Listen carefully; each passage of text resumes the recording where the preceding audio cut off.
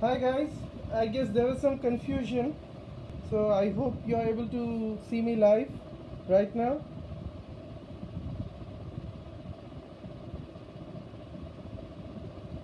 Let me confirm with the moderators.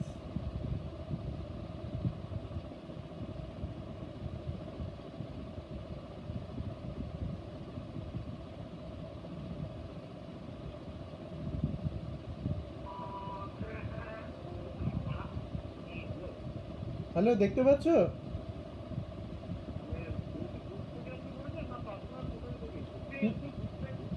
Group গ্রুপে আমি actually হ্যাঁ হ্যাঁ হ্যাঁ হ্যাঁ না না, এই যে বোধহয় ওটাও অ্যাপ্রুভ করেছে। হ্যাঁ, ওকে।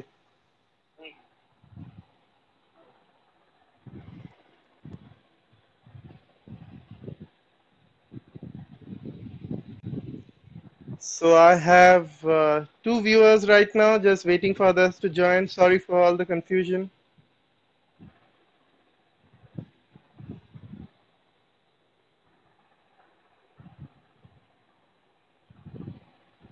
Okay, let the others join. I'll give just a couple of minutes. All set, everyone? Get set, go. Let's begin. Let's explore this world. Okay, I'll start it to make things interesting.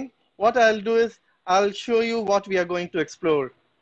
So there you have the Hong Kong Express flight HK007.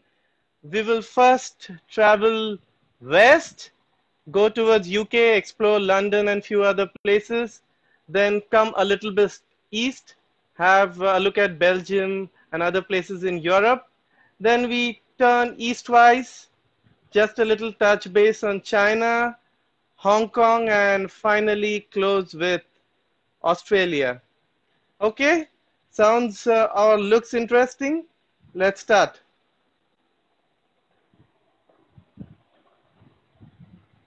So from my background, by now you might have got it very clear that one of my most favorite places is London. So I have the London wallpapers behind me. And to begin our discussion session today, what I'll do is I'll briefly segregate this session into two or three simple, manageable parts so that everything is very easy to understand. I'll first say what I should say an era which is before 2010, that's prior 2010, then something from 2010 till 2013, and the third one is 2013 until now. So prior to 2010, everything was probably in India, explored with my parents, my family, and it was more India centric. So I explored Mysore, Bangalore, Delhi, Agra, Vaishno Devi, Amritsar, Mahabaleshwar, Panchagani, and whatnot. Then you had that massive recession coming around 2008, 2009. Things just got to a standstill. Okay, I have someone requesting to come on video. Okay. Paromita has some message for me. So rather than me responding, just ask your questions on the chat, and via audio, I'll be able to respond. So it'll be difficult for me to speak and also to type. I know this group has around 1,000 users plus, which is a great achievement. So congrats to the admins and the moderators who are managing this group and who got this excellent idea of having this group during this entire COVID-19 season. Okay, so After the recession phase just passed out, around 2010, I had an excellent trip at North Bengal. I went to Jaldapara, then explored the area around there. I stayed, enjoyed the wildlife sanctuary, spotting the single-horned rhinos. Then after Jaldapara, we went to Lolegaon and Lava. That was probably my first experience experiencing the chill. And we went in an off season somewhere around January, February. In fact, that entire trip was very interesting because things were full of surprises. There were some protests happening in Assam, so our trip was primarily to Kamakya, and then from Kamakya head towards North Bengal, but that didn't happen. Our train was abruptly stopped at Kuch Bihar.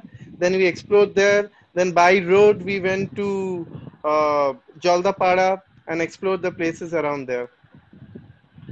So that was the first experience, getting the chill, getting accustomed to it. And then I was pretty lucky that in 2010, I got the opportunity to travel to UK. Initially, it was meant to be a short trip, maybe 6 months to a year. And then it kept extending, extending, extending. And while we continued working, me and my friends started exploring places. And when you step out of India, you actually get to know a lot of realities related to travel. So some of the basic things to remember while traveling internationally. I know many of you in this group already have this experience, but just repeating it for people who haven't explored outside India. So I've made some short notes so that I don't miss on that. First and foremost, flexibility with food. So you can't be so choosy about food. At home, you might have your machhe jhol and bhat. You might get your khakras, dhoklas, and other food. You might get your idli sambar or vada pav. But when you're out, if you're choosy about food, then there's nothing stopping it. Okay, I have some messages coming in from Moinak Pal. Yeah, Moinak, come on. Anything do you want me to stop for some time? Okay, I don't think so. So flexibility with food is the first and foremost thing. I should say that traveling for non-vegetarians is pretty easy outside India than anyone else. I shouldn't be sounding racist, but that's the fact because availability of non-vegetarian food is much easier outside India. You do get veg. It is available in abundant supply, but when you generally hit a restaurant or any roadside stalls, what you get is a quick grab of some non-veg burgers, wraps, and whatnot. While I can eat virtually everything, one of my seniors said that bongs can eat everything that is moving, and that's absolutely right. Other than consuming what should I say, those crazy insects, and I literally eat everything. So, other than the food habits, some of the key things you should remember when you travel internationally is you should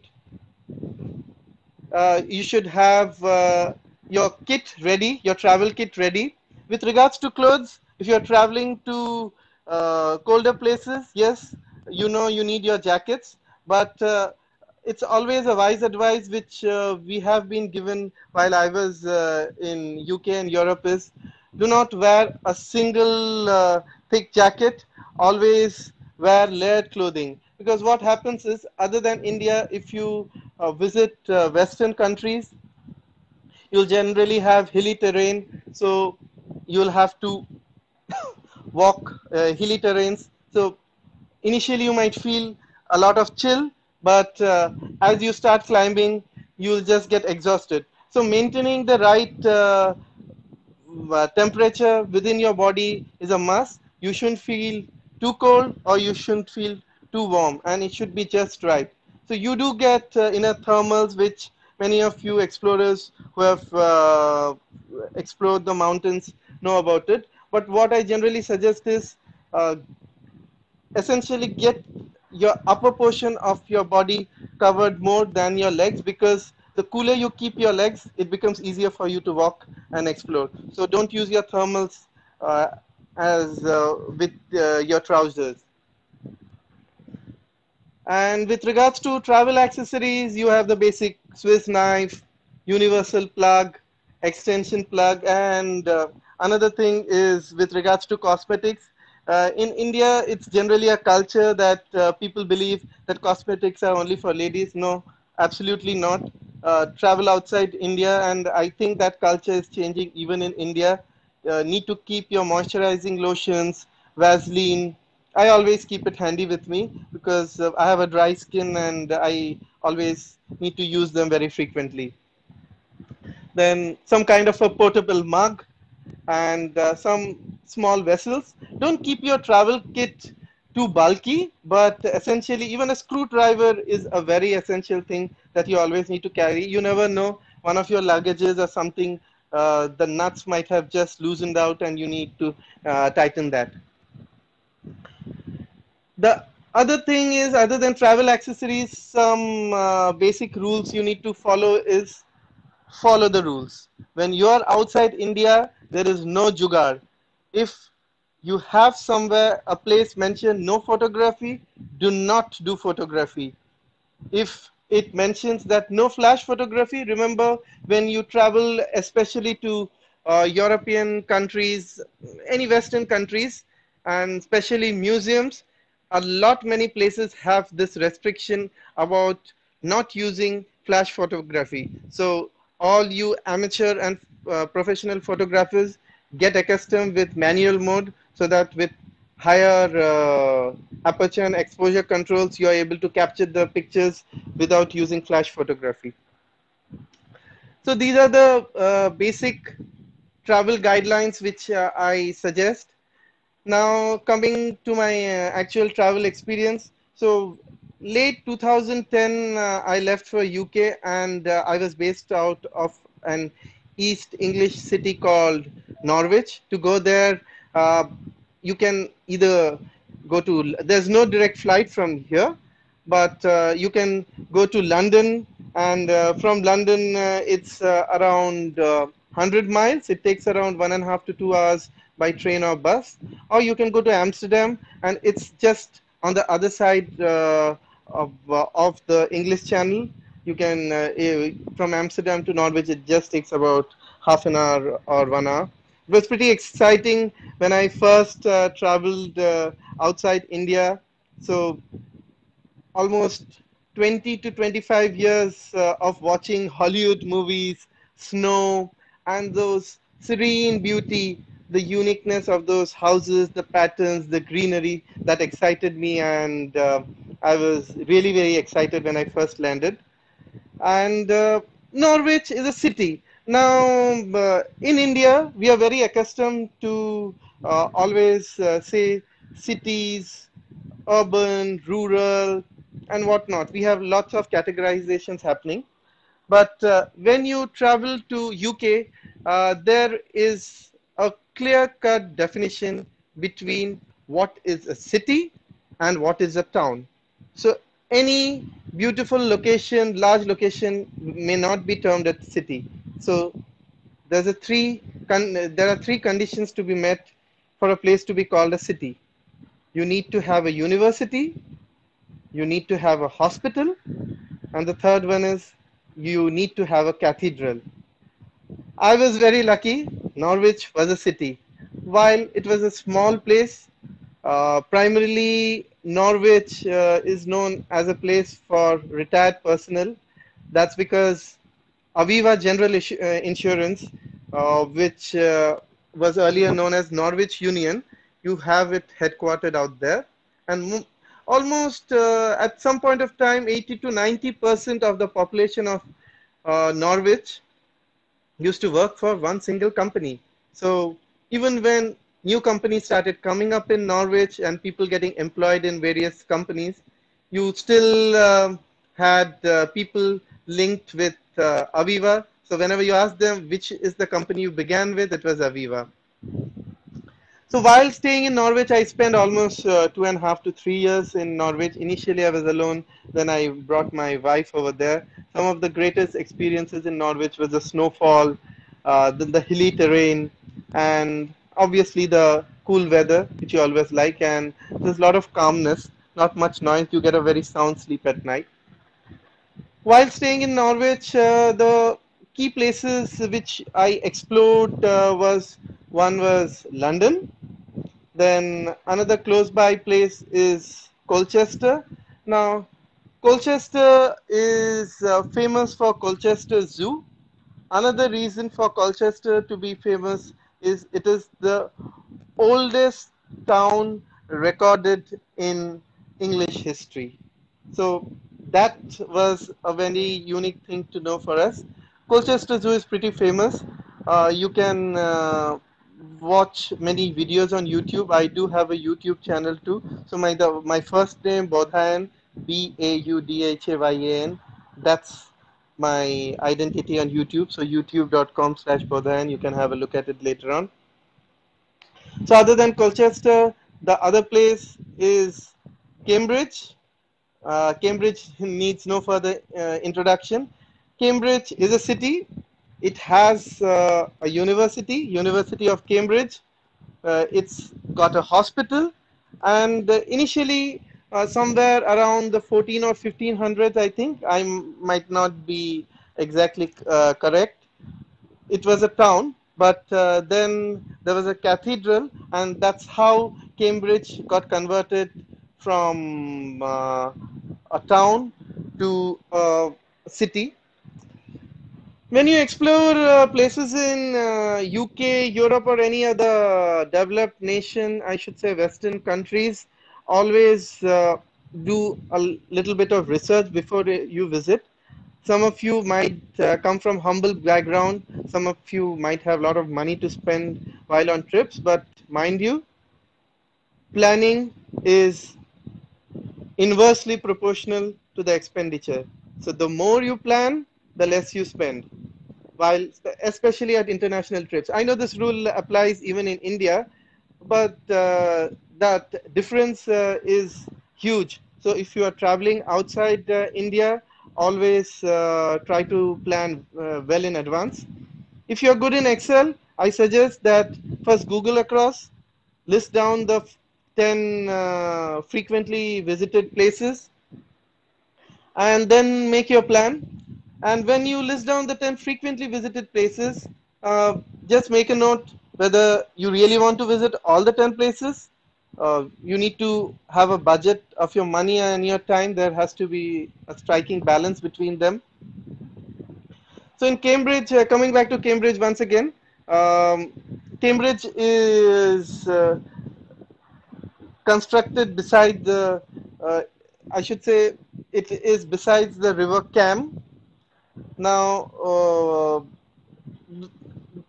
when you visit Cambridge, other than exploring the different colleges, so it's a university city, and there are various colleges like King's College, Queen's College. Then you have that very interesting clock with an insect. If you have watched the movie Pa, that appears many a times. So the movie Pa is shot in the city of Cambridge. So when you visit Cambridge, the best thing is always book a sightseeing trip using the open bus tour. So this open bus tours are available through multiple operators. So best is get these hop on hop off buses. It will though you might not be able to spend ample amount of time in all the location, but these buses will actually ensure that you have covered all the key locations at the end of your trip. So in Cambridge, uh, take this bus. The frequency is possibly 15 or 20 minutes on weekdays, and on weekends maybe 45 minutes. So plan it accordingly. There are museums, then you have the King's College Chapel, and other than that, you also can do something which is called punting. So punting might be a very new terminology for you. Punting is nothing but rowing. So on the river Cam, you do get clubs tickets. You get a ticket for the hop on hop off bus, as well as you get tickets for rowing.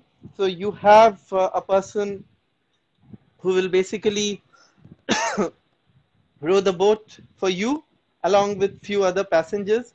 He'll take you through the Cam River, explain all the monuments that you see around, and then take you back.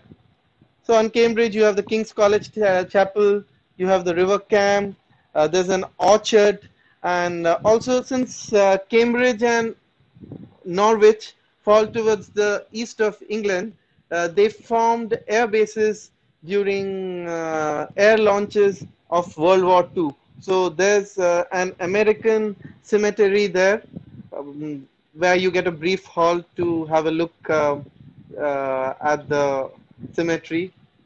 Then you have a round church. There's a Roman cathedral. A lot of things to explore. So that's a short thing about Cambridge. So we covered Cambridge. We covered briefly Colchester and Norwich. Then if you want to cover other distance places, you can go to Scotland. So if you want to visit to Scotland, while many people hire a car, drive on their own and explore, I again went through, just a minute, there's someone who wants proof.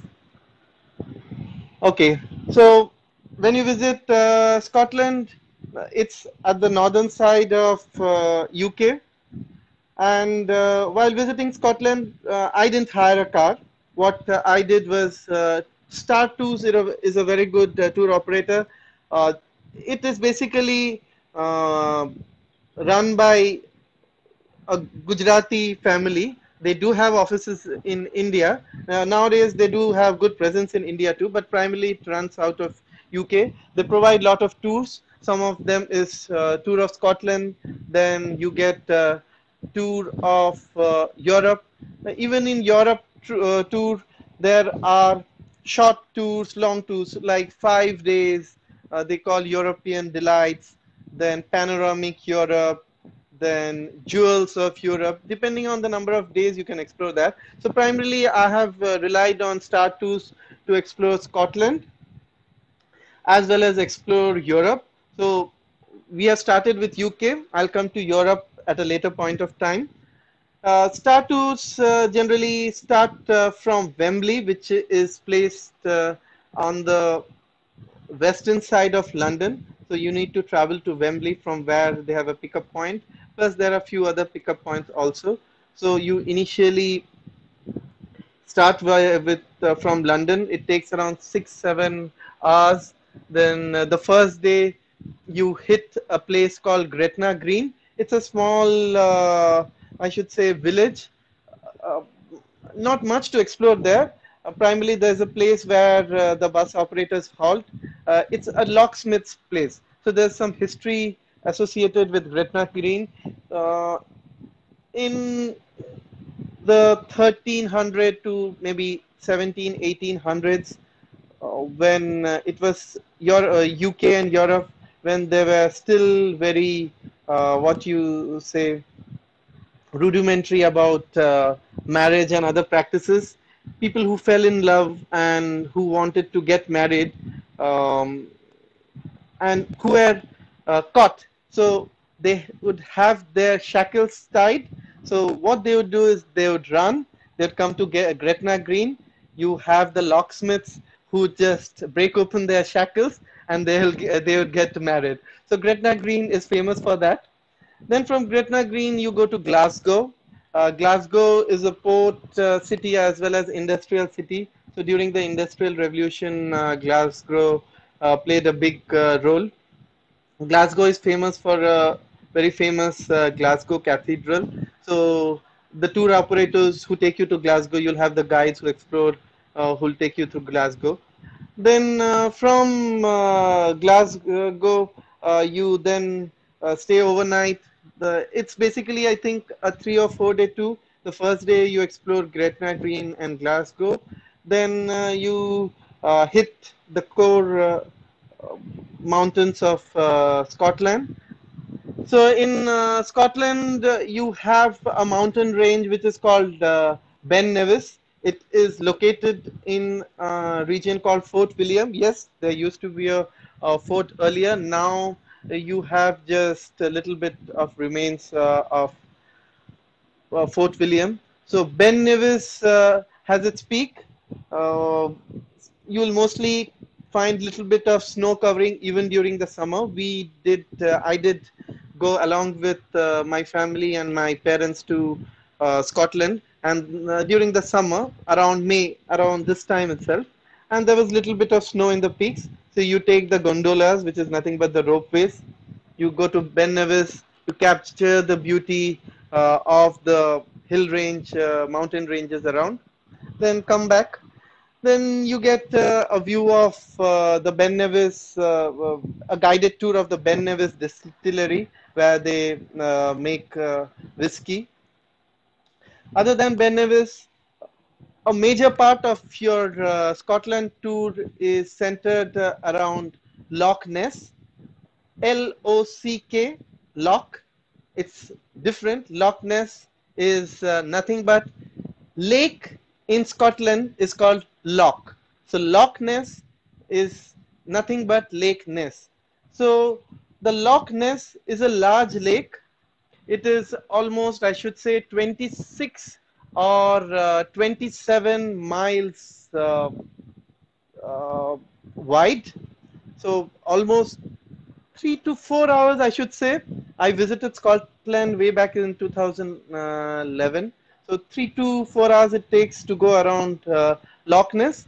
Loch Ness is also famous for a very interesting thing. Some fairy tale stories about a monster called Nessie, N-E-S-S-Y. So Google across, you'll find some Wikipedia pages pointing towards Nessie. Nessie is okay, horror incidences. Okay, horror incidences. No, not really. I was lucky. I didn't face any horror incidences. But I'll come back to your point, Nobarun. During my stay in Norwich, I faced few incidences which were not horror but scary. So I'll come back after I finish my Scotland tour. So you go past the Nessie. Okay, coming back to Nessie. So Nessie is what you call those creatures which people have thought about, and many people, just like UFO sightings, they say that I've seen Nessie.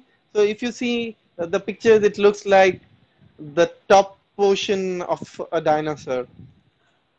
Okay, so other than Loch Ness and Nessie, so the bus takes you around Loch Ness. It's beautiful, and when you explore Scotland, another interesting thing you will probably see in Scotland is a sudden change in the landscape.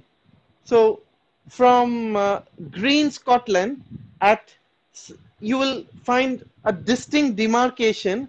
While you begin with the tour, you will suddenly find very rustic landscape. From green, you see a drastic change to brown. And it is not gradual, it's a very drastic change. At a certain point, you'll see a change.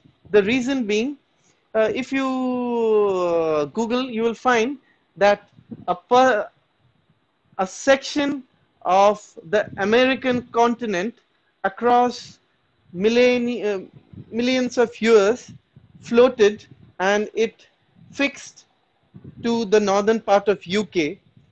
So that change still remains. You will find a distinct green and a brown zone in Scotland, while it gets mixed at some portion, but there's a distinct, and that was an interesting thing which we saw in Scotland. And even when we were exploring Scotland, there was a place where our buses were halted. It was a very beautiful hut placed far off, and that I'll share those. I think few of the pictures I've shared, few not. One picture is that of that beautiful hut where the scene from Kuch Kuch Hota Hai was shot between Rani Mukherjee, the final stages of Rani when she's about to die, and Shah Rukh Khan. From Loch Ness in Scotland, then we go to Inverness. Now, Inverness has many things to explore, and Inverness is a city. Yes, Inverness has a hospital. Inverness has a cathedral, but Inverness was not having a university. So how does it qualify as a city? So for a long time, Inverness was under this state, and this status of Inverness changed when a virtual training started to commence from through the Inverness University, and it got a deemed city status.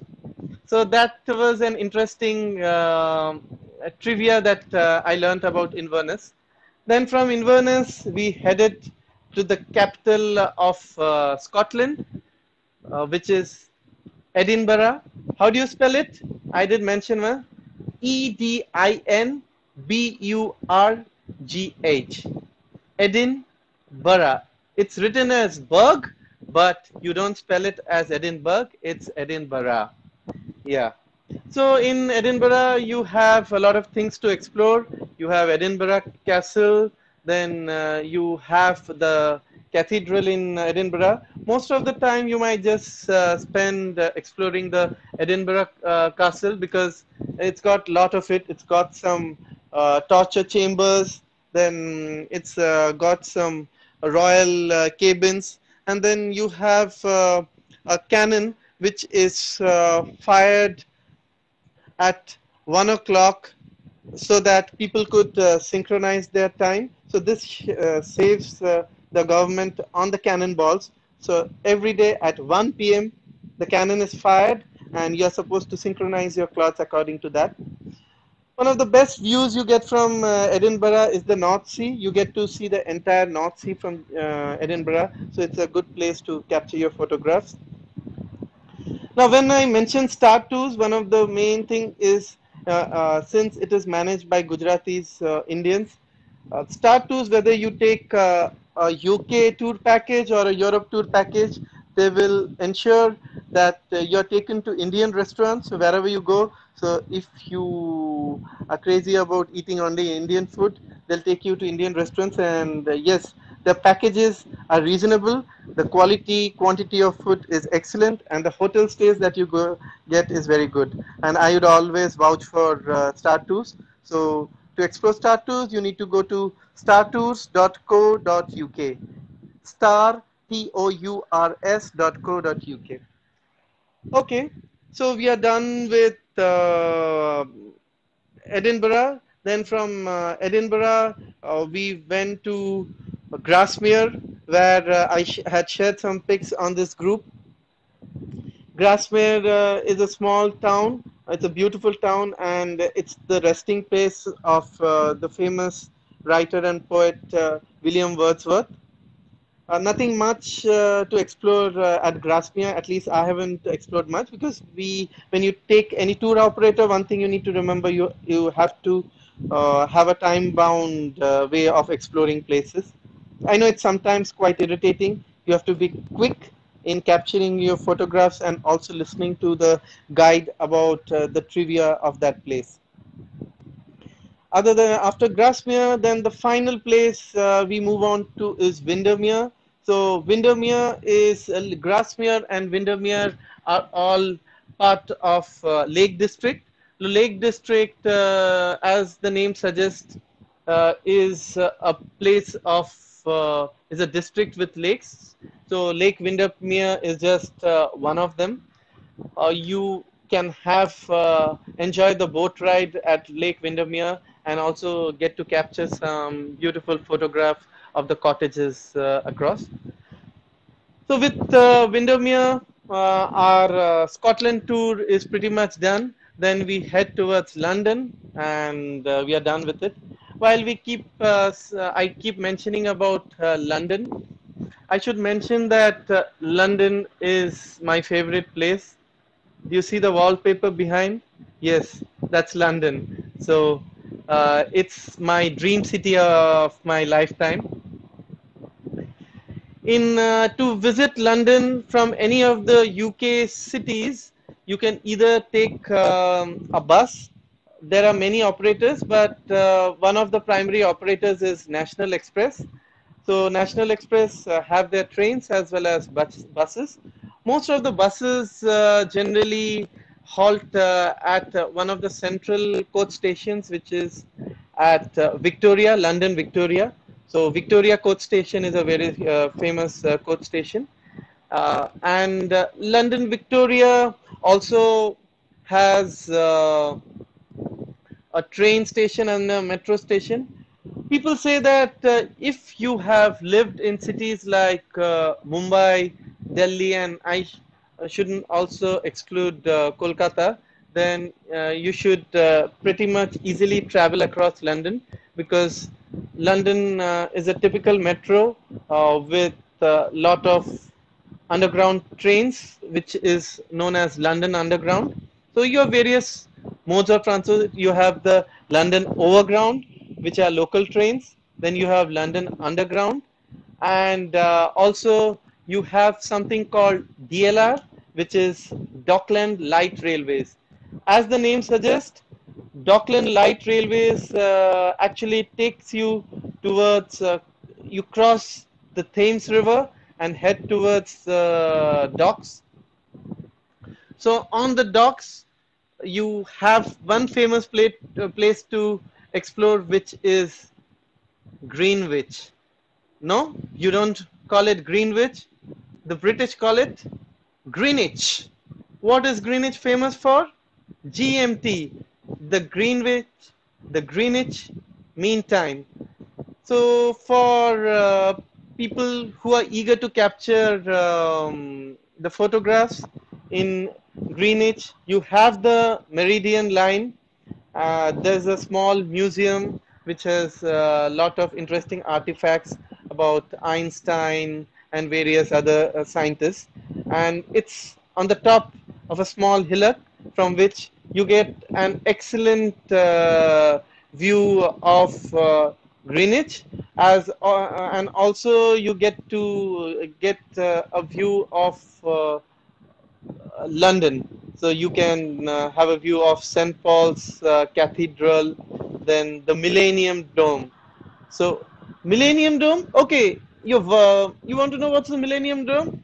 Badshah, you remember the album? What's the name of that album? I forgot the name. The famous album from Badshah. The first few scenes are shot at Millennium Dome. Even I think something from the James Bond series is also shot there. So in the docks, you have the Greenwich, and the trains that take you to these docks.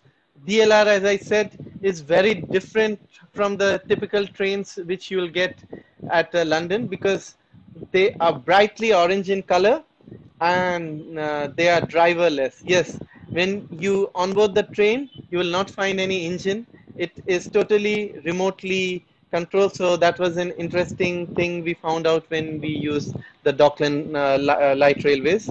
One of the famous stations from where you generally board Dockland light railways is Cannon Street. Okay, when I talk about station of Cannon Street, I shouldn't forget that just like in Kolkata, you have Howrah, you have Shialda, and various other important junctions. And in Bombay, you have Victoria Terminus, then you have Dadar, you have Churchgate. Similarly, in London, when you first travel to London, you should ensure that you have the London Underground map. Though it says the London Underground map, basically it is a connectivity map which gives you all the interconnects between the DLR, London Underground, which is nothing but the metro system, and also the London Overground. So London has a wide variety of connectivity mechanisms, as I said, and now I think there's something which has also started, which is Crossrail. When I was there, the Crossrail project had just commenced, and it's an east-west connectivity mechanism. And coming back to stations, so the key stations you should remember is London Liverpool Street. It is one of the famous stations for outstation trains. Then you have London Victoria, London Paddington, so and Hammersmith. So Paddington, you know, one of the famous animation movies that's made. It's under the same name, Paddington. So it is named under this place, London Paddington. So these are the key junctions you have in London. In London, you have various places to explore. One of the, namely, the Buckingham Palace, which is quite close to the Victoria Station. So when you land, when you come to Victoria Station, you can visit Buckingham Palace. Then you have the big merry-go-round, which is London Eye. I'll rather not go into nitty-gritties of London. What I can suggest is when you travel to UK, remember one thing, that there is a budget hotel which is Travel Lodge, and Travel Lodge is something which is very popular in UK and also at many places in Europe. So at Travel Lodge you can really get very cheap rates with very decent accommodation. So when you fly to London, you will always mostly land at London Heathrow Terminal 5 or maybe Terminal 3. So there's a Travel Lodge out there. The cheapest you could, if you're lucky, you could also get is something around £20 a night. So £20 a night makes your budget quite easy. Once your accommodation in London is all set, then you can explore these places. And I've also explored Windsor Castle. So Windsor Castle is another residence of Queen Elizabeth. So it's a good place to explore Windsor Castle. It's a day's trip. It is towards the I should say the west of London, towards the extreme west. So London, if you just divide it, it's categorized into east, west, north, south.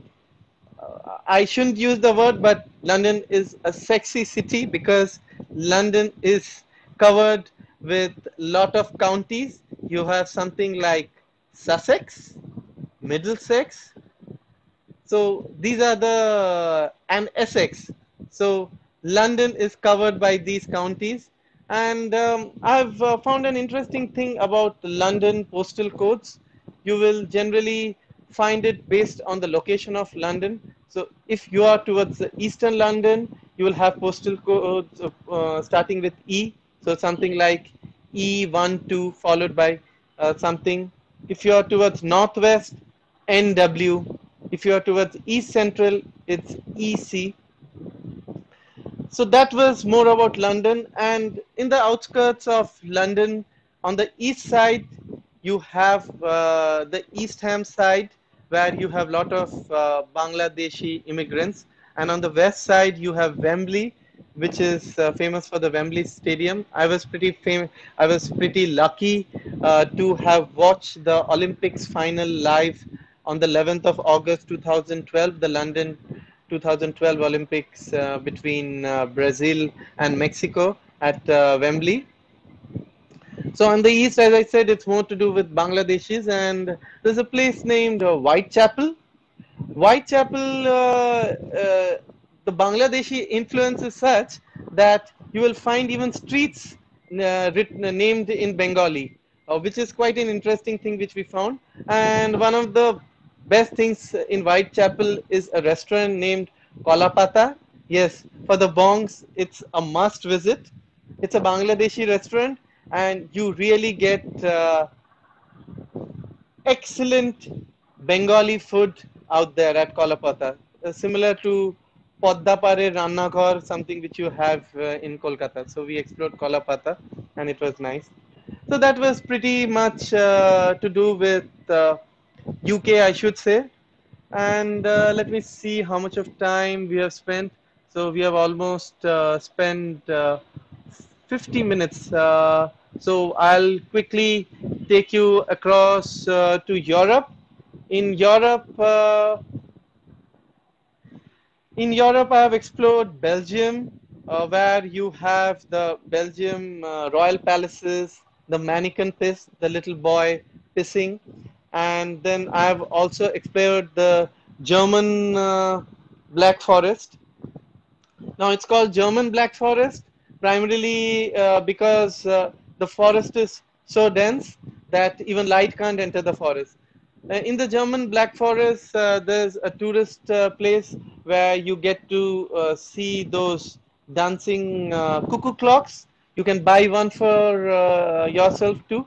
And other than buying, there's a huge cottage with those clocks. And on the hour, you should see couple dolls coming out of it, dancing, and it's a nice thing to watch when you visit the Black Forest.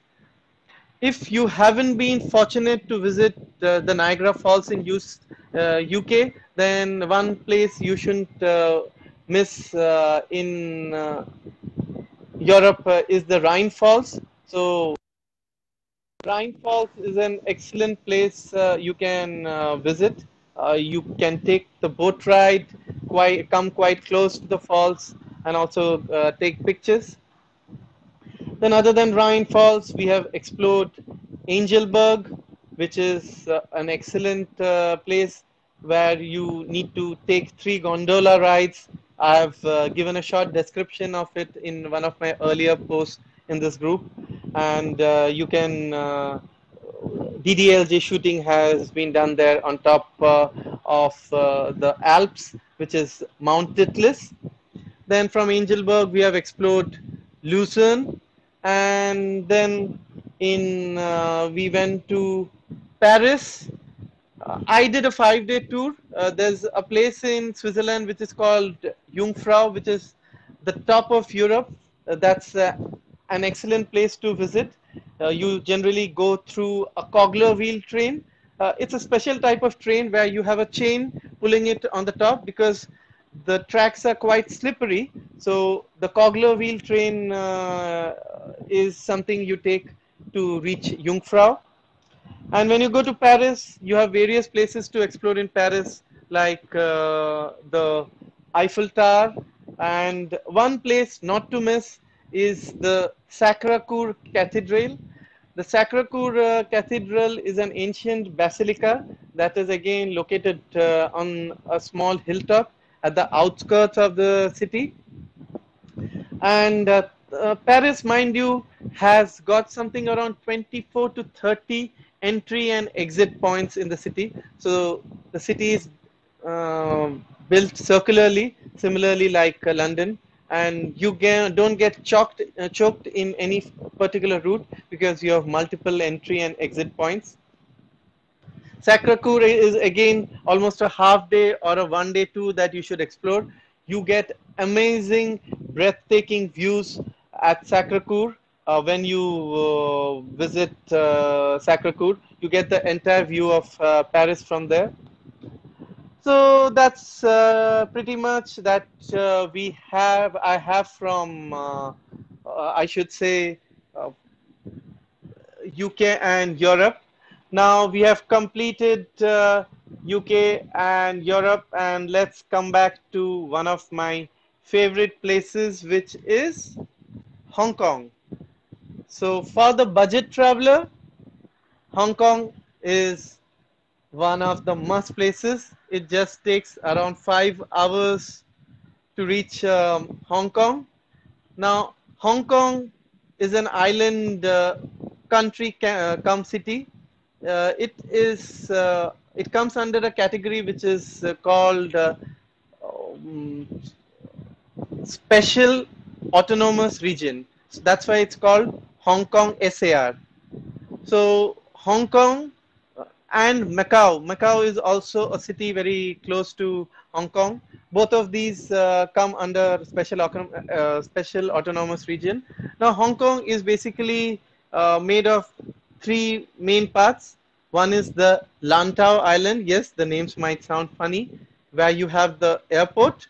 Then you have the Hong Kong Island, and you have the Kowloon Peninsula. Now, the Lantau Island and the Hong Kong Island are two islands, as the name suggests. The Kowloon Peninsula is attached to mainland China. So, if you need to travel to China by train or by bus, you need to go to the Kowloon Peninsula. There is a place called TST, that's a short form of Chim Cha Tsui. So, in Chinese, or I should say at Hong Kong, TS is spelled as Ch. It's like CH. So it's like TSIM, Chim, TSA, Cha, TSUI, Tim, Chim Cha Sui, TST. It is popularly called TST. Now, when I stayed in Hong Kong, I had to come to stay at Hong Kong, you need to come to the main island, which is the Hong Kong Island, and then explore the other places. You have multiple modes. You get a taxi from the airport. You get shuttle buses, which connect to many famous hotels. And also, there is a wonderful experience with the Airport Express. So, what you need to do is you get a special touch an NFC card, which is a to and fro travel to airport for Airport Express. So when you land at the airport, buy an Airport Express ticket. It is very similar to one which we have at Delhi. So the Airport Express takes you from the airport to a station named Hong Kong. So there are two names to that station. So the station where the Airport Express stops is called Hong Kong, but there's also a twin name which is Central. It is very similar to something which we have in Kolkata called Central. So it's the central place from where you can again take taxis and reach your respective hotel. The Airport Express is pretty good experience. You have trains almost very similar to bullet trains, which take you to the main city quite quickly. Within 35 minutes you reach. Otherwise, it takes you probably hour or hour and a half if it is too very choco-blocked. Now, Hong Kong has been one of my best, most favorite cities due to the connectivity, due to the food, and due to the quick access from India. So right from frozen food to cooked food to other ready-made items, it's readily available and fresh items, it's readily available in Hong Kong. Some of the key places you need to explore in Hong Kong one is the Victoria Peak. Yes, as the name suggests, it's at the top of the mountain. You can go to Victoria Peak again using multiple modes of transport. You can either take the bus or you can take the Peak Tram. So the Peak Tram is very similar to the one which you have in Europe, which is the at Jungfrau, which I just said, Cogler wheel. Yes, you have chains which pull the tram, but here the experience is rather very different because It's very steep. At one point of time, if you're not seated, you will literally fall. You will literally fall down. So the peak tram takes you very quickly to the peak. At the peak, you have a wax museum, and you get wonderful views of the Hong Kong city, the entire skyline. You see the Hong Kong Bay, the Victoria Bay. Then there are very famous monuments in Hong Kong. One is like Sky 100, which is you have 100 floors in it. Then you have the IFC building, which is the International Finance Center, and you have the Bank of China Tower. So many of these you might have watched in many of the Hollywood movies, in those apocalypse movies. One of the interesting things to view from the Victoria Peak is the Symphony of Lights show. So the Symphony of Lights show starts at 8 p.m. and it can be watched from two places, either from the Victoria Peak, or you can go to TST, Chimcha Shui Harbor. So Chimcha Shui is on the Kowloon Peninsula that connects to the mainland China. From there, you can see either watch the Symphony of Light show, or from the top you can get it. It is nothing but many buildings in big corporations in Hong Kong have tied hands with the government to promote tourism. So at 8 p.m., along with the music, if you want to listen to the music, if you are at the TST Harbor, you through the loudspeakers you can hear it. Else, if you are at the peak, you can tune into an FM channel. There's also a dial-in number. You will see the laser light synchronizing wonderfully, and it's a wonderful experience. So if you are at the peak, and especially during early winter, the weather is quite cool, and that's another thing which I like about Hong Kong is you get all seasons. You get a summer, you get a very good winter. The only problem during summer is, since there's too much of cooling that happens at all the offices, there's a lot of hot air blown into the streets. So I'll always suggest that do not visit Hong Kong during the peak of summer. It's always suggested that you visit Hong Kong somewhere between August to November, before winter starts, because during peak of winter, sometimes temperature drops even to 2 or 3 degrees. There's no snow, but you do have some chilling, biting winter season. So when you finish with the Symphony of Lights show, you're done for the day. It's I should say it's a half-day trip. Another famous place to explore in Hong Kong is the giant Buddha. I think it is something about 32 meters in height. It is again located in the same island where the airport is there. That is the Lantau Island. Now, other than the airport express and other airport buses, you cannot reach that island. It is totally protected. So there are only two things. You have the airport and you have the Buddha. Now the Buddha, which is called the Tian Tan Buddha, Tian-Tan, Tian Tan Buddha, locates in a place known as Nong Ping, Ngongping, Nong Ping. Now to reach Nong Ping, you need to take a cable car. To take a cable car from the place you are residing in Hong Kong, take a metro, and you need to reach one of the terminating stations called Tung Chung, Tungchung. Yes, the Hong Kong stations are quite musical. So once you reach Tung Chung, it's a busy place. You have more. From Tung Chung, you can buy the tickets. You could also buy it online, and then go to the cable car station. Take the cable car. It's probably a half an hour or 45-minute journey.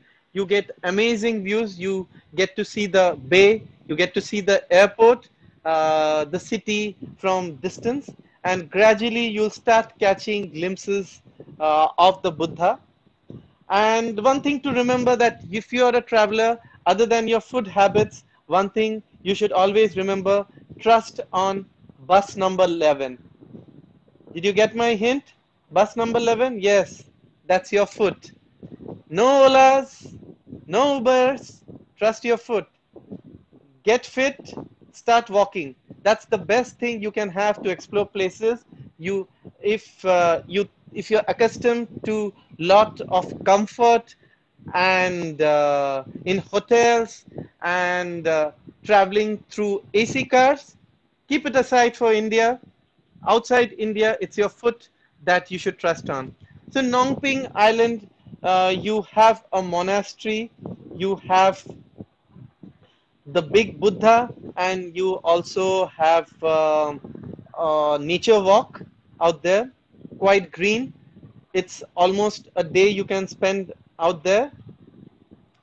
So what we covered is the Victoria Peak, the Symphony of Lights, and the Nongping Island, the Tian Tan Buddha. Spend time out there. To reach the Buddha, you have to probably climb 100 steps. Don't get surprised. It's quite chilly out there, so you'll not get very tired when you climb that. A lot of things to explore out there. Then, while there are various other places to explore at Hong Kong, some of the other main places to explore is, one is the 10,000 Buddhas Monastery. It is located in a place called Sha Tin. Sha Tin is accessible via metro. It is one of the stations. Now, even the 10,000 Buddhas Monastery is located on a hilltop. You need to climb really many steps. I haven't counted that. Maybe you spend around 20-30 minutes climbing. You have Buddhas in various avatars while you climb, and once you reach there, you get panoramic views of the area around, and you get to see the monastery, where you get to see small Buddhas in various forms. You are actually not allowed to click pictures, but if you're smart enough, from distance you can capture pictures of this place. So again, this is a half-day tour, I should say. And once you're done with that, on the way back, you can visit the market. So I think the market name is Stalin. So visit the market. You can go to the market through a bus. It is not located at the heart of the city. It is a fisherman's colony, I should say. If you are a seafood lover, lot of things to explore, lot of fashion jewelry, dress, and various other things you can buy from that market. So that's pretty much I have from at Hong Kong. In Hong Kong, also you have this hop-on, hop-off bus, but I wouldn't recommend that to use at Hong Kong, which we explored at Cambridge. I'll rather say you buy a metro ticket, and that would be the best thing. One thing I forgot, that when you are in London, London is divided into various zones, zone 1 to 6.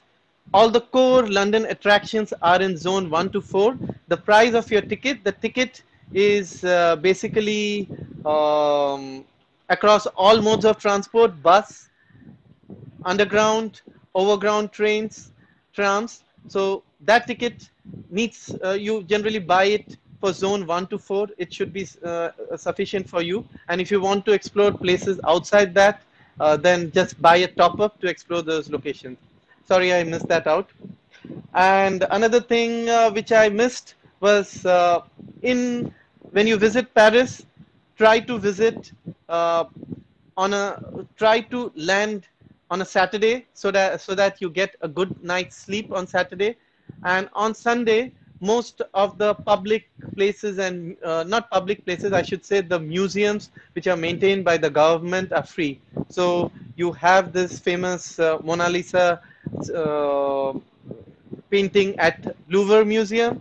Then you have a modern art museum. All these you can explore free. There's absolutely no ticket required, and just hit these places at the early morning, and you can explore them for free. So we have done with UK, Europe, Hong Kong, and the other twin city that we can explore when you visit Hong Kong is Macau. You can, I think now you have connecting bridge which China has built from Hong Kong to Macau. Otherwise, I have visited Macau using turbojet. So the turbojet experience is an interesting experience. It is very similar to hoverboat. The only difference is, not difference, I should say similarities. Once it picks up the speed, it just hovers over the water, and the check-in system is very similar to the flight. There's absolutely no jerks and no bumpy rides you experience when you are over the bay and the sea. In Macau, you have the remains of St. Paul's Cathedral. Again, if you have visited Goa, Macau will look quite similar because it is a Portuguese colony. Macau is a one-day trip. Just book your tickets using Viator. You get combined passes to visit all the famous locations. Reach the main station through the turbojet, and you have the hop-on, hop-off bus which takes you to Macau. The only thing which you might not be able to cover in a day's trip is the dancing water show. So the dancing water show is something you need, which starts probably at 8 or 9 p.m. You need to stay overnight to watch that. That's I have missed it, though I have seen the video on YouTube. I haven't been able to watch it live. But Macau is a gambler's arena. So if you're into a lot of betting and gambling, there are a lot of casinos available. So it's very similar to Las Vegas. So if you look at the pictures of Las Vegas and Macau, you'll find a lot of similarities. And the interesting part is with Hong Kong, you can explore Macau with the same currency because they are interchangeably used. The Hong Kong dollar is accepted in Macau, and you can buy things out there. Some interesting thing about Hong Kong currencies, Hong Kong uses many plastic currencies. So you can just crumple the notes, throw it across. They are waterproof, nothing happens to them. It still gets recovered. So now we are done with Macau and Hong Kong. Last but not the least, we will now go from Macau, from the Chinese places to Australia. Before I travel to Australia, I also wanted to share an interesting experiences that I had during one of my business trips. When I visited Hong Kong, one of my program managers, he called me to Hong Kong for a meeting. He then said that, Baudhayan, come along with me to Guangzhou. Now, Guangzhou is in mainland China. Mind you, Hong Kong has visa on arrival, but if you want to travel to China, you have to get your visa done from India for the first time when you visit. So from the next time when you visit, you can also get your visa done from Hong Kong. That's acceptable, but the first time it's not. But this manager of mine, he is Chinese by origin, but he had a New Zealand passport. He's a New Zealand citizen, and but settled at Hong Kong.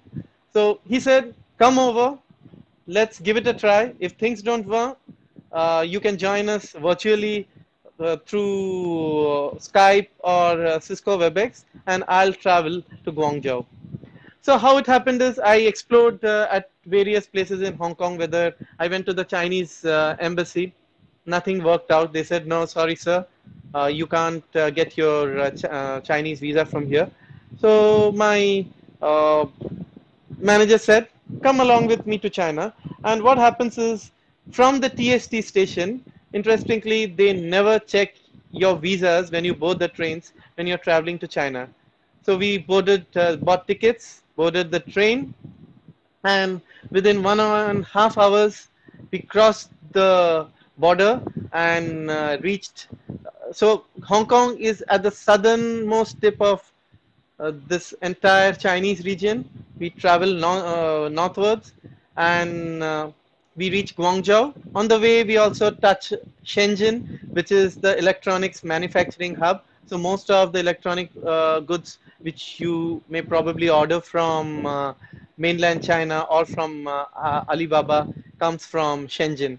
So it's a wonderful city. You can get glimpses of it while on train. It's massive and it's very well developed. So when we reached Guangzhou, uh, we first went to the visa counter, and my manager told the person in Chinese that, see, I have one of my colleagues who needs to enter mainland China, that is Guangzhou, because we have a business meeting and it's critical. So the guy, while I couldn't follow anything, later on I was told that he straight away declined.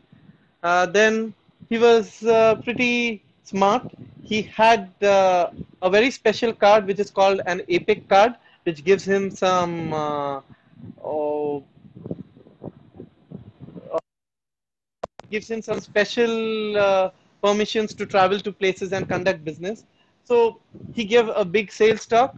He said, see, if you behave this way, how will China get foreign currency? How will you get more business? So after some time, the guy, the personnel at the visa counter looked convinced, but I couldn't make that out. He just took my passport, and after 10 minutes, stamped. I got the Chinese visa. Yes, I got the permission to enter China, and I'm probably the first person who entered China with visa on arrival, and that too with a 1 month visa, which is generally not permitted for everyone. So guys, don't take this risk. You may get arrested or you may get deported.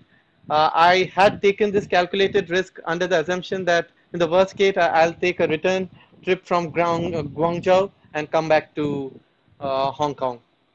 So that's pretty much I have from this China and Hong Kong region. And I head from the North Pole, cross the equator and head towards the South Pole. So here I am down under to Australia. In Australia, the first place I hit was Perth. Perth is at the westernmost city to Australia. So Perth, Australia has basically 3 time zones. It's huge. So Perth falls under the same Singapore time zone, which is basically 2.5 hours ahead of us. At Perth, you don't have a huge number of places to explore. You have a Perth Zoo. Perth Zoo is a little bit far off from the main city, and from the Perth Zoo, once you get glimpses of kangaroos and various other Australian specific species out there at Perth Zoo. And then on the way back, you can take a boat ride to the city, and you get wonderful pictures of the entire city. From Perth, at 1.5 hours this train travel, you have the port city of Fremantle. Now, Fremantle is famous for the prison. As you know, Australia was one of the places which was used for imprisoning all the people from who were sentenced to long terms in UK way back in the 1400s, 1500s. Then you also have the flea market, where you get to buy lot of chocolates, fresh coffee, fresh food, and whatnot. One thing to remember while on traveling is don't forget to carry a pair of your bathroom slippers in your travel bag. One of my colleagues who had been to Perth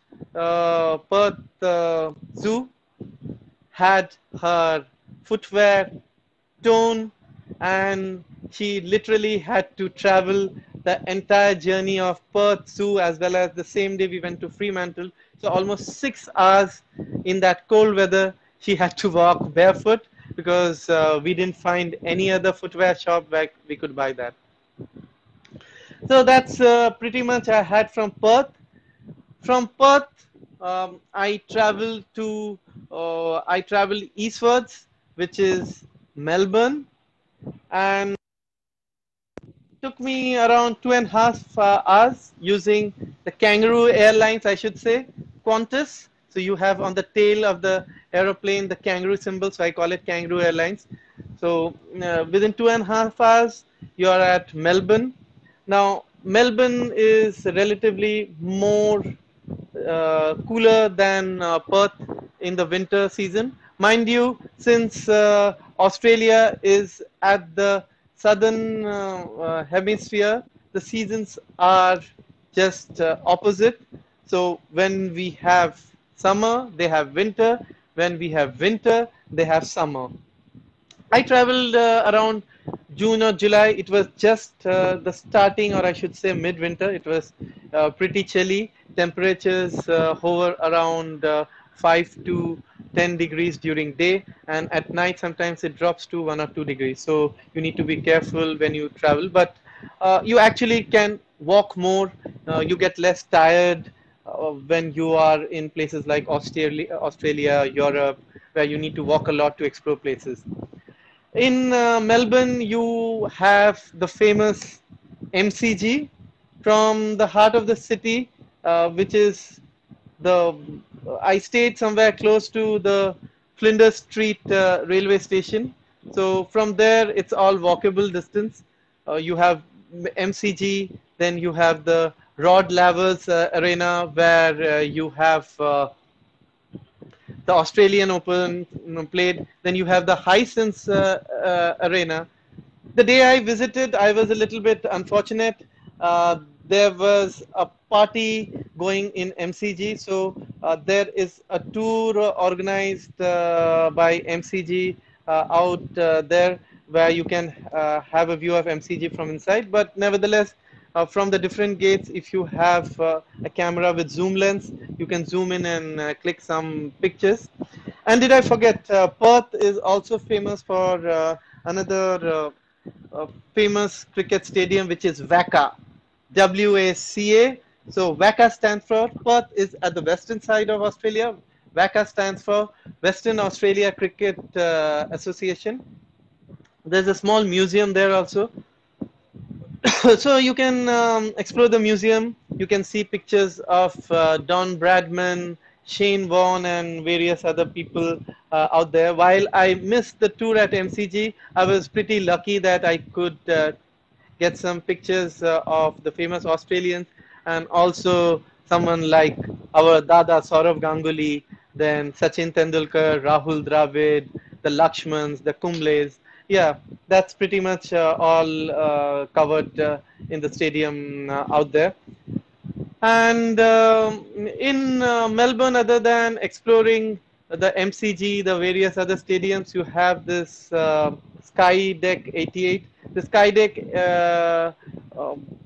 88 is very similar to the Sky 100, which is there at Hong Kong. Now, the Sky 100 at Hong Kong is at the 100th floor, as it's quite easy to understand. And here it's at the 88th floor. From both the places, you get to see panoramic views of the city. Some of them I've already shown to you. But one interesting thing which you get in Sky 100 is the high-speed elevator. Mind you, at Hong Kong, when you reach the 100th floor, within probably 50 to 60 seconds, you're at the 100th floor. So that's the amazing experience I had.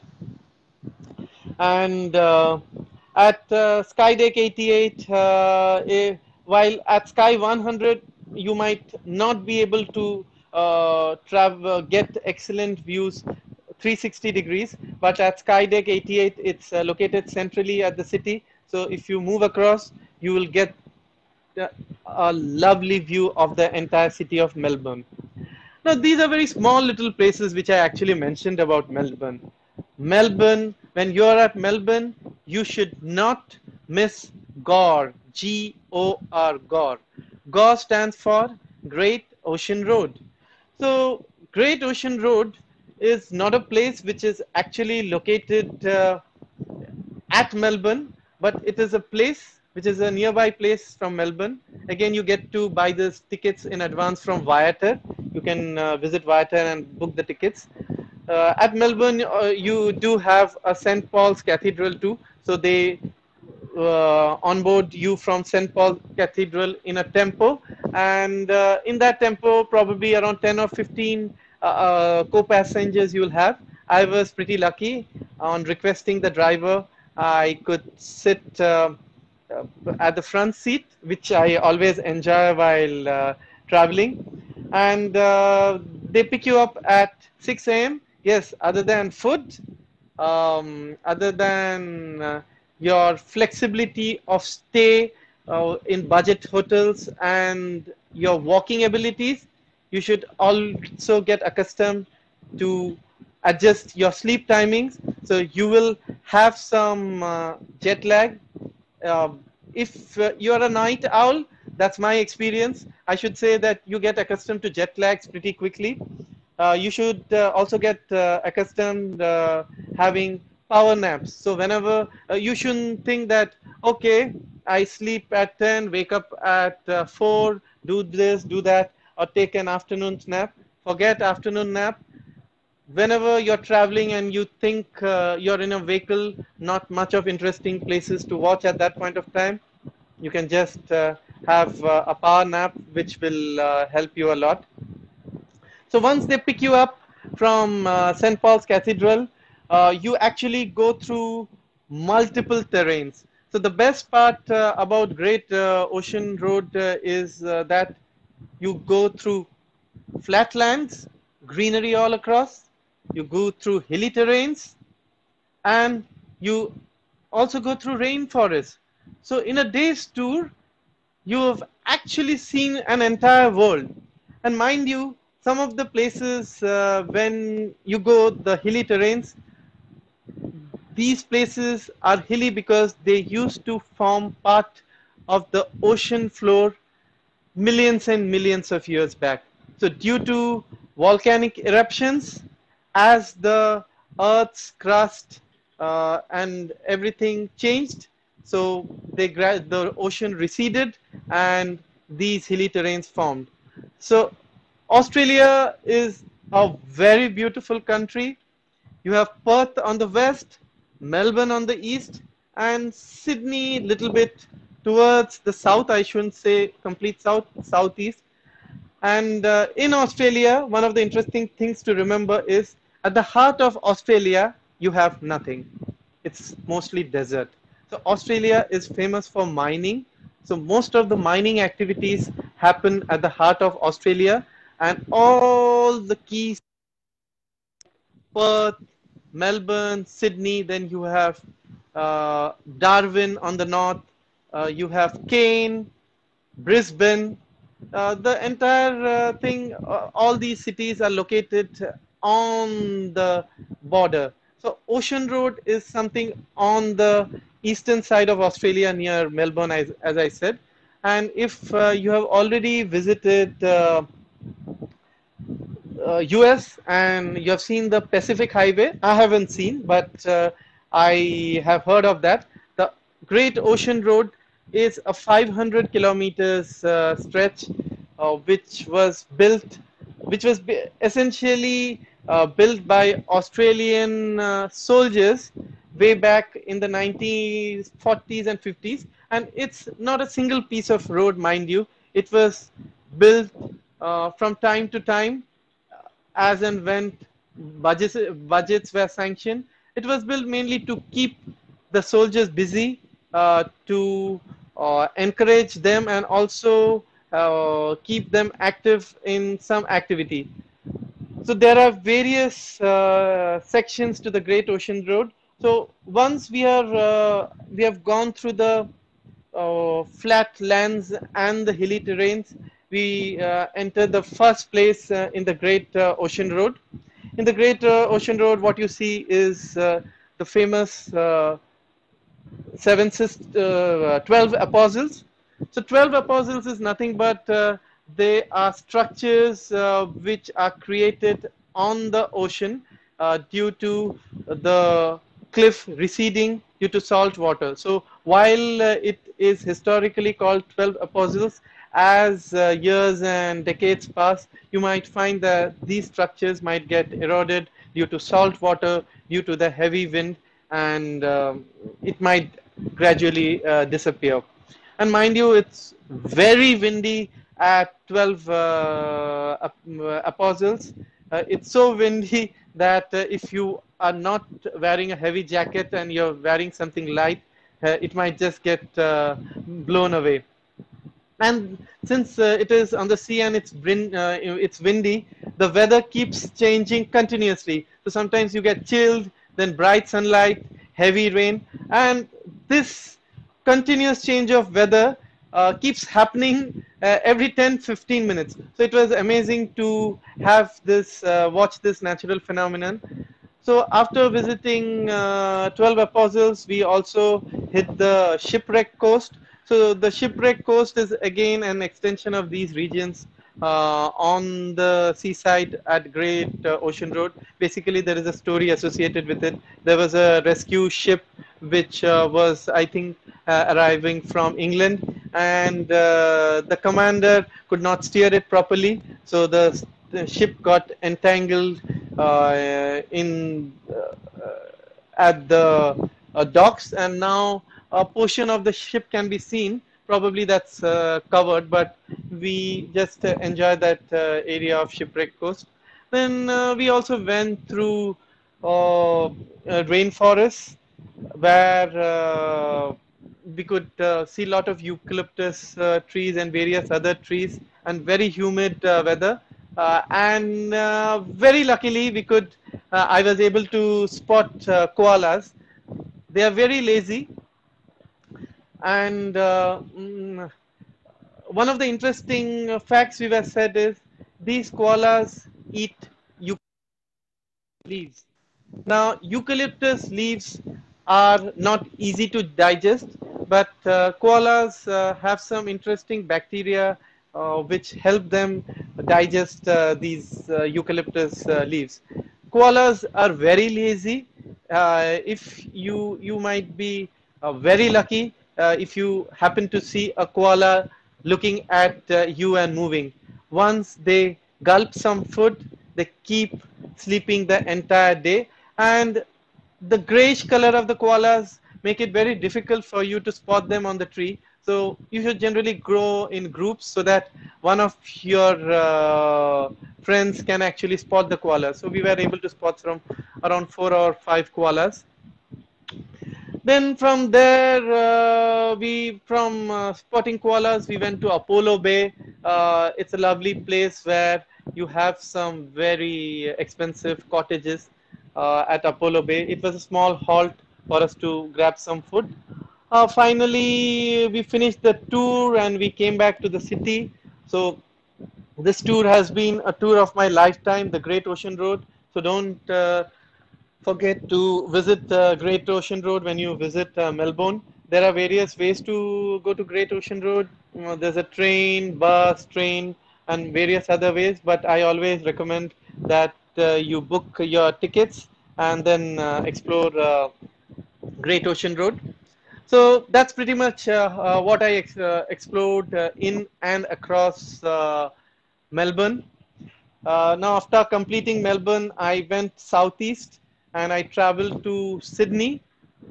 So my flight was around, I think it was around early 6:37 from Melbourne. It takes around 1 hour to fly to Sydney. You could also go by train, but I had a flight. But since I had to catch an early flight, I had to check out of the hotel at 2:30. So The previous night, I explored entire Melbourne city. Then I took the flight, and when I landed at Sydney, I had actually not slept for the entire night. But my passion for exploring Sydney, I knew that I had just, I was there for 1.5 days, I should say, at Sydney. So my passion for traveling kept me awake for that day. I was staying at what you call a shared accommodation at Sydney at Kent Street. Now, if you look at some shared accommodation in Sydney, you will have something for backpackers where you stay with other people. But the one I was staying, I don't remember the exact name at this point of time. So at Kent Street, this place was at a prime location. You get a private room with no heating, but it is a well furnished room. I shouldn't say well furnished, partially furnished. You get a good bed, duvet, a table lamp, but you have to access a common toilet and a common dining and a living area.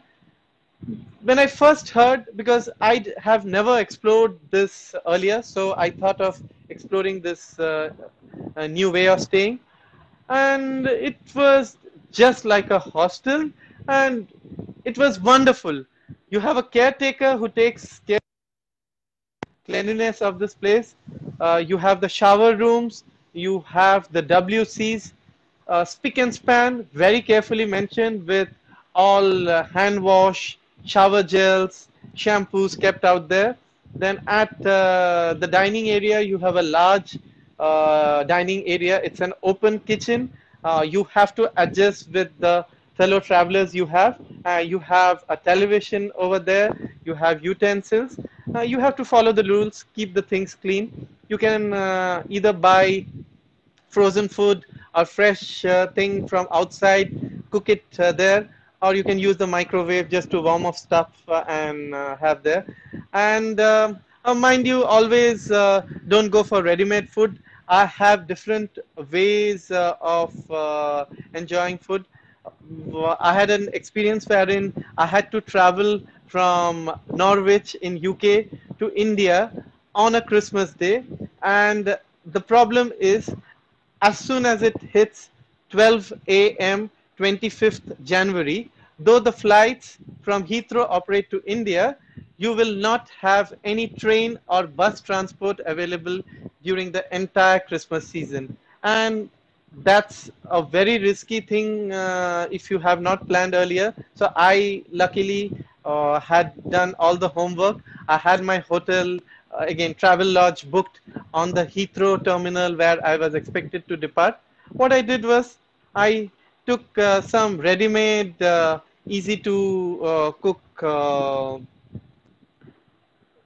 soup tubes, and I fried some prawns and cooked some rice. And the best part is, since UK has a cool weather, once you have cooled your food, it stays fresh, it doesn't spoil. So I had some snacks, dry snacks ready, but in Travelodge, I didn't find the food very good from my previous experiences. So I had this soup tube, and when I went to Travelodge, I had these fried prawns. So what I did is, through the kettle, I just prepared my soup, poured it on the prawns, used my rice, and I had a lovely non-veg and filling meal ready for me.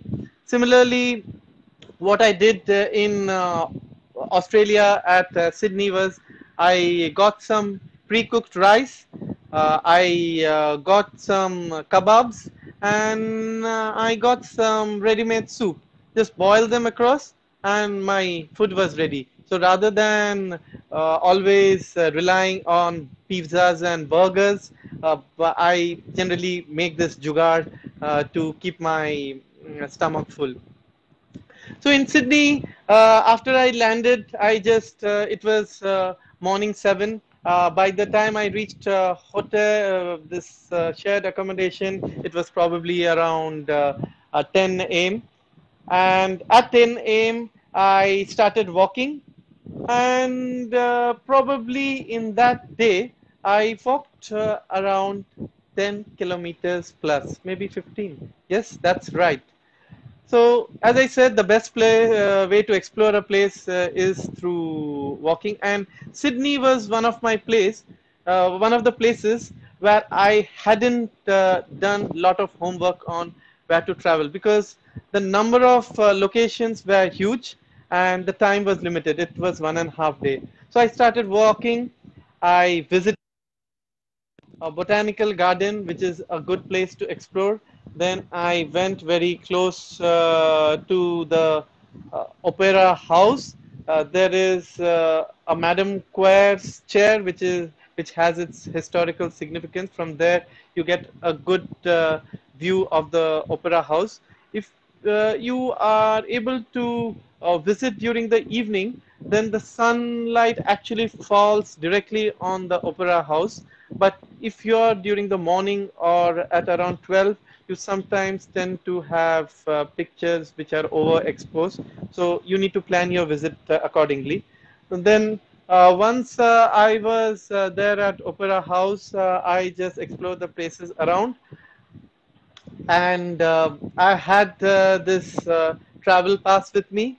I had been told by one of my friends that the best place from where I could capture pictures of Opera House is Milson's Point. So if you look at my pics, you will see the bridge, which is nothing but the harbor bridge, and just besides the bridge, you have the Opera House, and you have a small this boat station. So I took the launch, the ferry. I reached Milson's Point, and from Milson's Point, as usual, took some excellent pictures. Then I hopped on to the harbor bridge. So remember, in harbor bridge, you have the main roadways, you have the railways, and also you have a walking alley out there. And as I started walking, I could just find amazing. I had done a Facebook live session at that point of time, so I could capture some breathtaking views of the harbor, the Victoria, the harbor out there, the Opera House, and I also started singing the famous songs from Dil Chahta Hai. जाने क्यों लोग प्यार करते हैं. Yes, that shot there. So Sydney is very famous for all the DDLJ shoots which you see. It takes probably around 10 or 15 minutes to cross the harbor bridge. And once you have crossed the harbor bridge, you can just explore the areas around there. And then I was back to my dormitory. Now, the next day wasn't planned very well, but my colleague who was with me, she was staying in a different backpackers location. So she just called me and she said, Baudhayan, do you want to visit Blue Mountains? While I know she was, one of our colleagues had already recommended to visit Blue Mountains, I hadn't given much thought about it. So I said I am not very sure. The next day when she called, I suddenly thought that that's my last day at Australia. Never know. I had got a visa for 3 years. It's still valid till 2021. But I wasn't very sure that I could visit Australia once again. So I said a yes. So to visit Blue Mountains. Now Blue Mountains, as the name suggests, is a location at the top of mountains. To reach Blue Mountains, you need to go to Sydney Central Station. Now the Sydney Central Station is very similar to the New Delhi station, very similar to Howrah. Yes, it looks very similar. So wherever the Britishers, you'll find a uniformity in the way they construct all architecture. So from Sydney Central, I take this train, and it's a double-decker train. Mind you, you have quiet coaches in all the Western countries as well as Australia, where we were speaking a lot since we were excited traveling to Blue Mountains. So we boarded the train, and these are double-decker trains, quiet coaches, and you have these interesting seating arrangement wherein either you can have people sitting face to face, or you can just turn your chair and face it the other way. So if you have a problem with motion sickness, you could always make your seating comfortable towards the direction the train is traveling. So the train departed from Sydney Central. When we first reached the station, we had missed the first train. The next train was probably in the next 40 or 50 minutes. We grabbed some quick bites from the nearby cafe, took the next train, and we reached a station called Katoomba. Yes, Katoomba. Nice name. Some of the names which you find in Australia are due to the aborigines, the original residents which you have in Australia. So Katoomba is one of the places. Once you reach Katoomba, you need to catch a bus from there, and then you reach Blue Mountains. So in Blue Mountains, you reach a place called Three Sisters. The name Three Sisters is basically due to the formation of the rocks that happen out there. From Three Sisters, you get a huge panoramic view of mountain ranges called Dandenong. Yeah, Dendenong, Dandenong mountain ranges. It's like huge. You keep looking, and it's like it extends up till infinity, and it's fully green. And we have been told that most of the Australian flora, fauna, the different species, almost everything you can find out there. And it's pretty deep.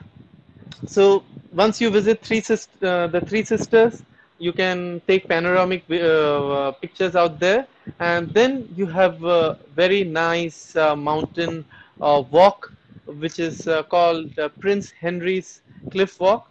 So it's like those kacha roads with some good staircases, ups and downs, ups and downs. So from Three Sisters, you actually it extends probably 1.5 to 2 kilometers maybe. But since it's hilly, you are bound to get tired. So always remember to carry sufficient amount of drinking water, and also some dry fruits and some other food items when you explore Three Sisters. It was a wonderful experience. Initially, when it was quite cold, put on all the winter wear, and gradually as we started walking, things started coming out gradually. And there you also have another place to explore in the Three Sisters. There is a cable car which takes you to the bottom of the hills, where you get to explore some waterfalls. But since I was short of time, I couldn't explore that. We spent almost 3 or 4 hours there. We had reached Katoomba station probably around 10:30 or 11, maybe might be 12, and we were back at Katoomba station by 4, and we took a return trip to Sydney. Then after coming to Sydney, just had a night. We took some night images, and that was pretty it from this at Sydney. One unique experience I had in Sydney was not only Sydney, I should say in Australia, is self-check-in. So while in India we have heard that term, but if you go to Australian airports like Melbourne and Sydney, if you are checking into flights early morning, then you have machines where you get the baggage tags, which is quite common in India. But other than baggage tags, you are supposed to load it into the conveyor belts, and those machines weigh your luggages, and if you are found to exceed those prescribed limits with some tolerance, you are asked to remove items. So be very careful when you travel to these international locations. And when you travel to these international locations, rather than being a shopaholic, If you are interested in buying something, I always suggest you to buy mementos, something like this. You get the fridge magnets. Then this was a gift from one of my customers, which is a flight, a Hong Kong customer, Hong Kong Express. They were my customers. Then something like a Paris Eiffel Tower. Then the Kuch Kuch Hota Hai, the bells. Then something from Lucerne. Then Big Ben. And yes, I've come to the end of Sydney. Most of my trips are covered, but nothing completes without a trip to Longleat. So I will rather zoom into this. So if you look into the house, this is the Longleat house. This is towards the east of. This is towards the east of England, not east, sorry, towards the west of England, somewhere close to London. So, in that region, one place to explore is Bath, which is an ancient Roman city. So, if you don't have the privilege of exploring Rome, go to Bristol. You can either hire a cab and do a 1 day trip, or you can travel by train to a place called Bath Spa. So the name Bath is because Bath is famous for natural hot water springs. The Romans used them for medical reasons. And if you watch some documentaries at Discovery Channel, you will find that there are places in the mountains where the water enters the mountains from waterfalls, and at some other place you have these hot water springs coming out. And what it is said is this water probably traveled inside the mountains for almost 500 to 1,000 years. Yes. So the water which you get is something which might have entered the mountain almost 500 or 1,000 years back. That was a pretty interesting trivia which we had learned. So when you reach Bath, you can explore the city using hop on hop off tour. You have the remains of a Roman palace where you get hot water, what you call bathing area like the Great Bath. Then you have artifacts left from them, broken statues, a cathedral. So that was a Roman city. Other than that, when you go to Bristol, the other place which you can explore is one of the seven wonders of the world. What you call that? Forgot the name. Is Stonehenge. Yes, Stonehenge.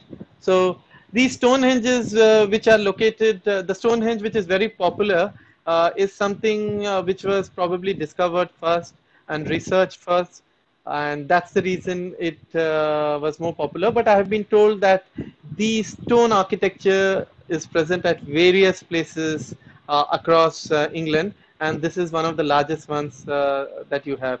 So when I said about west of England, you have Bristol with Bath and Stonehenge out there, and the one which I started was Longleat.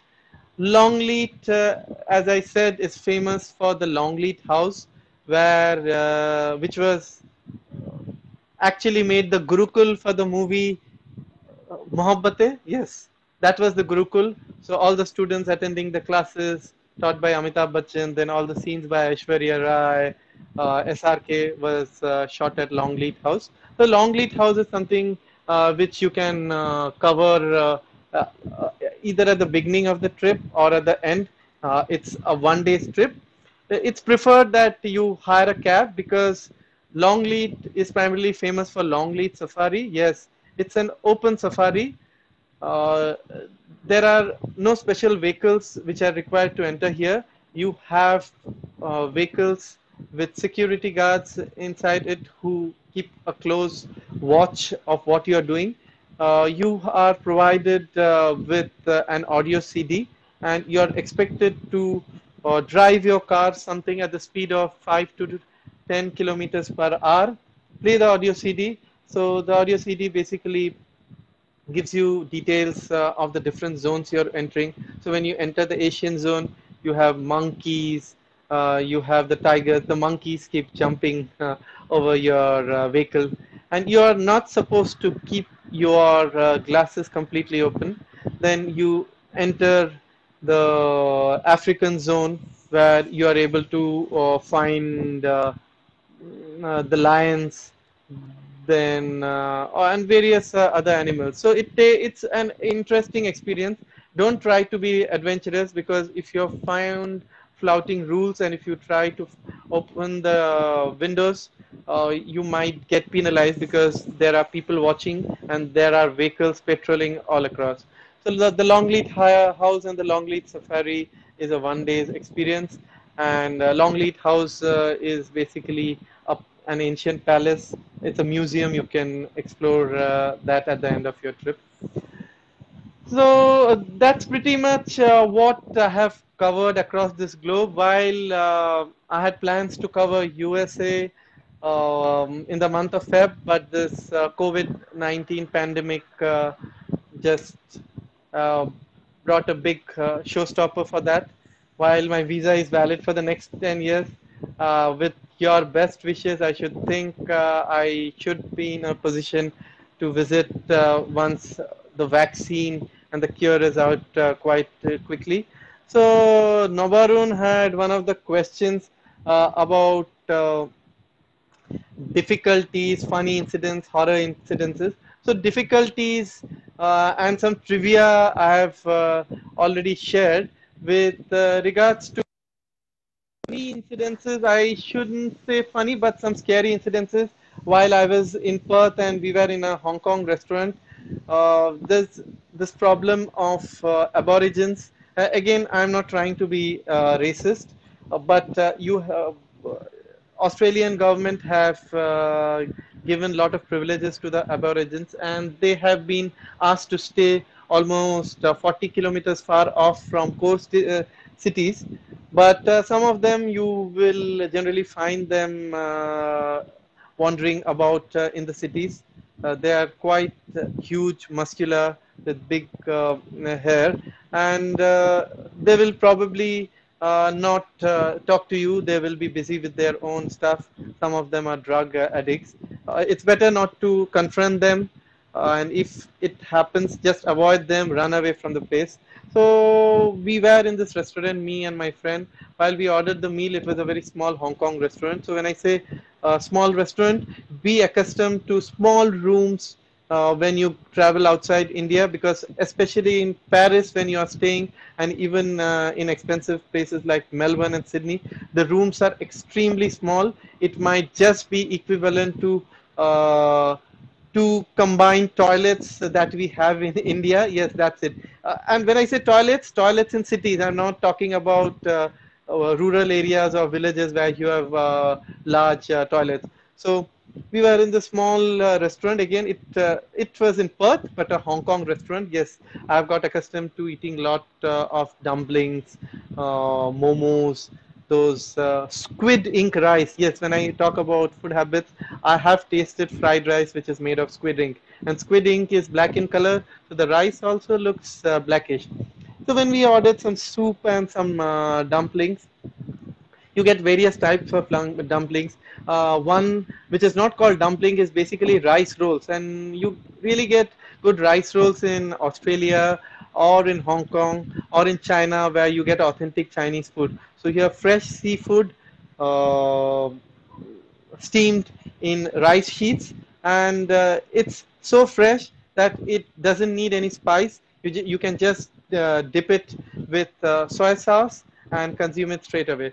So our food was just ready, and suddenly we hear someone barging in to the restaurant, and by the time we could understand what's happened, we saw the restaurant owner just running behind. He was probably a person from China or Hong Kong.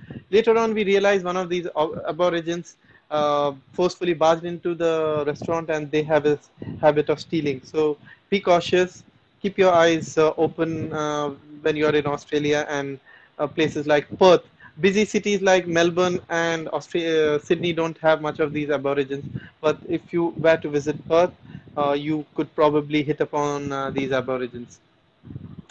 And last but not the least, one scary incidences. So incidences can be scary not due to just ghosts, but due to various other things also. So this incident dates back to somewhere in I think so 2016.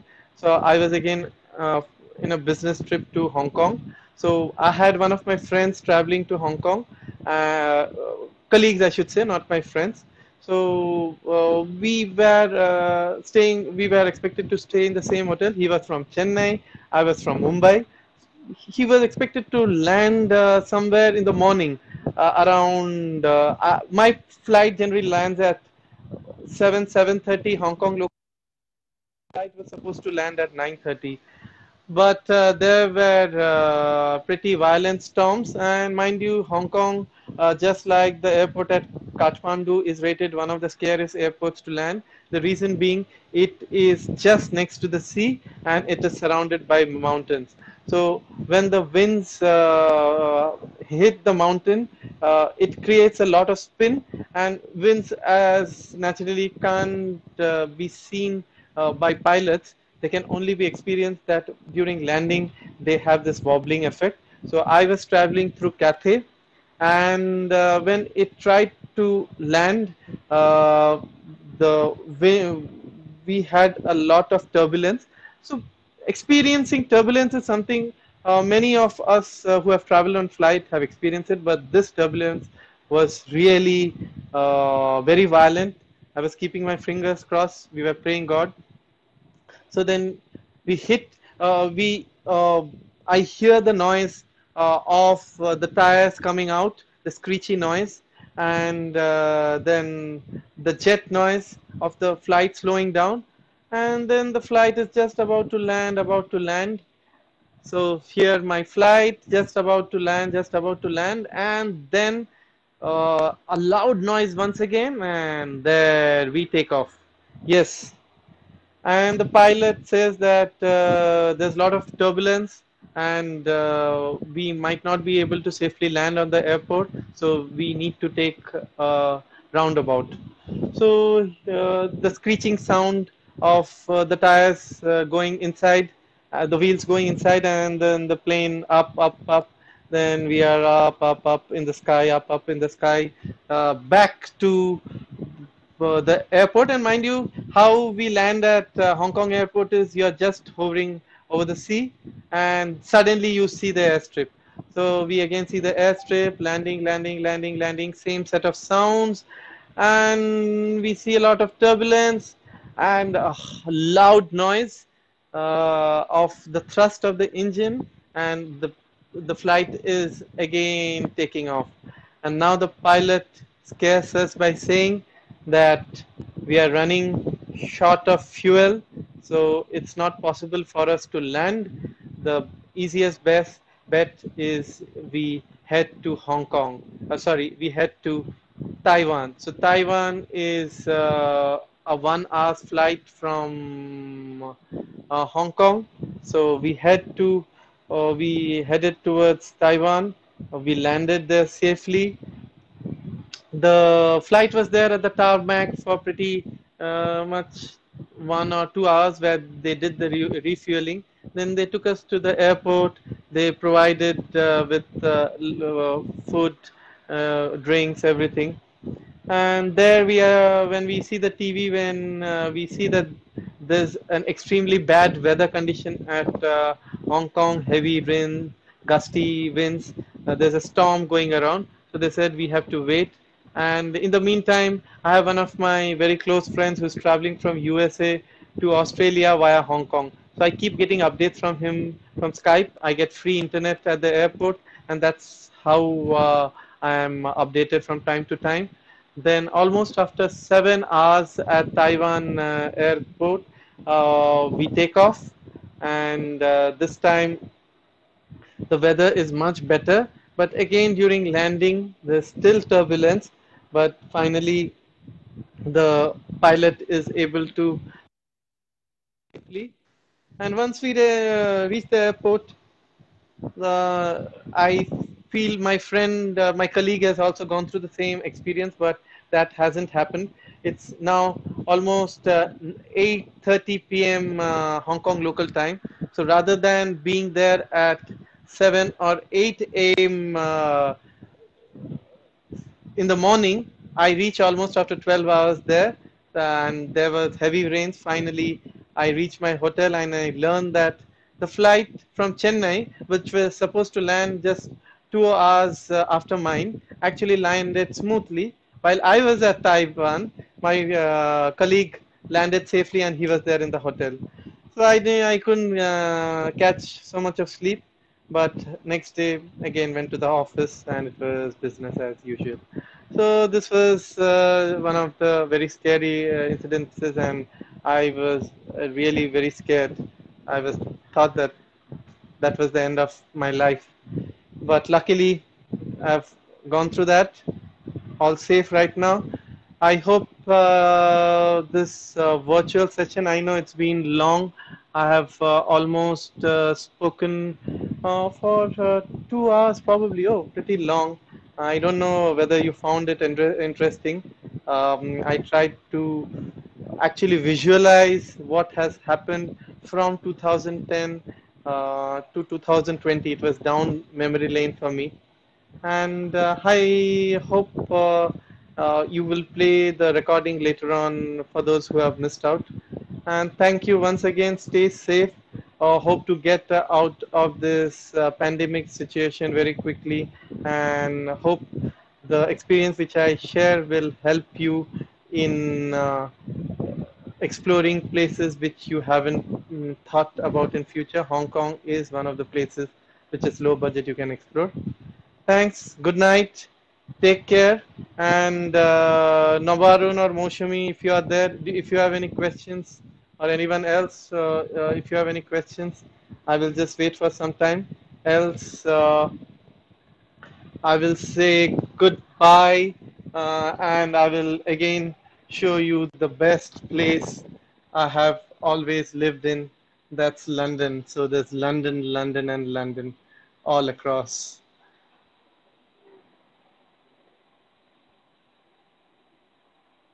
Okay, that's me signing out.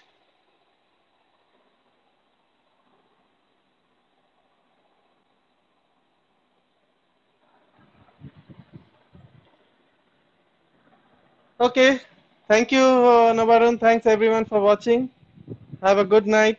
Take care, and hope to listen to similar experiences from other fellow bloggers and vloggers.